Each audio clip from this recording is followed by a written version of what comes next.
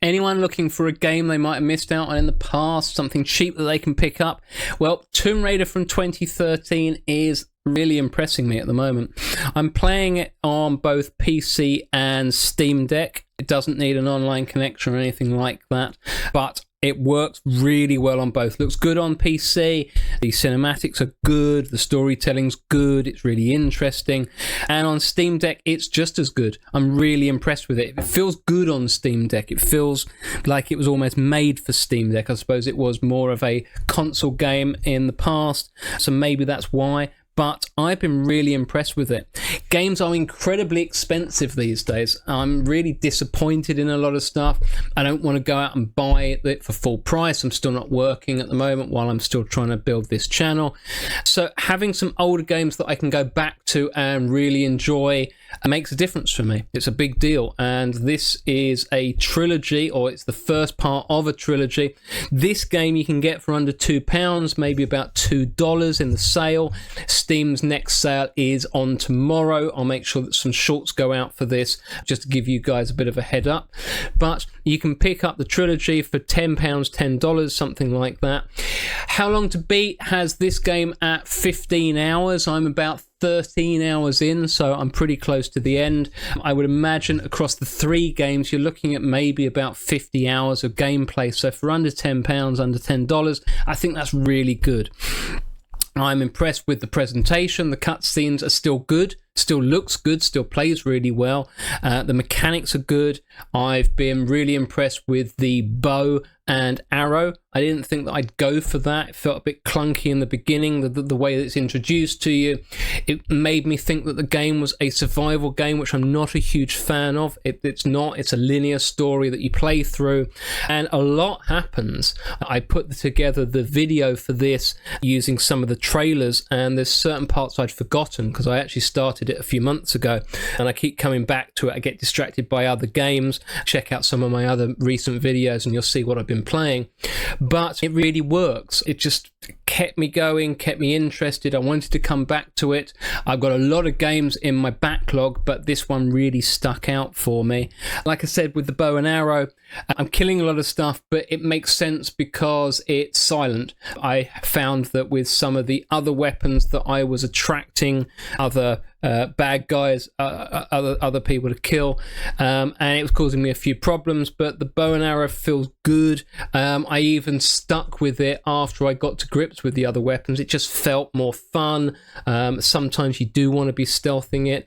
I think that maybe you'd get extra playthroughs in the game if you wanted to try some of the other weapons. I can see myself playing this again without touching the bow and arrow at all and forcing myself to have to play with the guns and see what happens.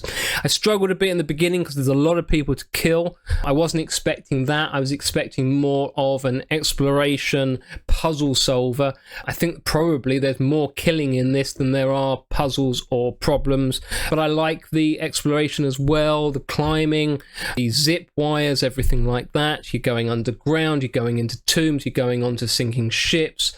There's a lot to really like about this, but it doesn't feel like it is 12 years old. It really doesn't. I was surprised. I didn't mention it before, but in the production value, I like that the reading is read out for you. I'm terrible at skipping reading. If a game has a book that I've got to pick up and then I'm going to have to read to see if it's interesting or not or useful, I don't do that. But in this, it's all read for you. So the moment you pick something up, it opens up the screen. You can read it if you want to read it yourself. I think you can actually pause or mute the voiceover, but I've just sat back and let it read it to me. And I think because of that, I've actually followed the story a lot more than I might have otherwise. Again, like I said, it comes from a 360 PS3 game, but it doesn't feel like that at all. Didn't feel like that on Steam Deck. Doesn't feel like that on PC. Cutscenes work really well. It's really well done. It's a really good story. It puts her through a lot. She's going through a lot. In this, she's never been on an adventure before. This is her first archaeological expedition. It all goes badly and she gets shipwrecked, and then you're on this island, but there's a lot going on. There's multiple groups of bad guys on the island, but there's other things that you have to deal with. It's interesting. It's a proper Tomb Raider game that feels really good. And like I said, the survival bit at the beginning kind of put me off. I think I may have actually quit out and go, I don't want to play a survival game. Went back to it, and it really wasn't that at all. But it's cheap, it's available, it's easy to get hold of. We've got sales coming up. There's 2 other games following it. I think, what have you got? Rise of the Tomb Raider and Shadow of the Tomb Raider.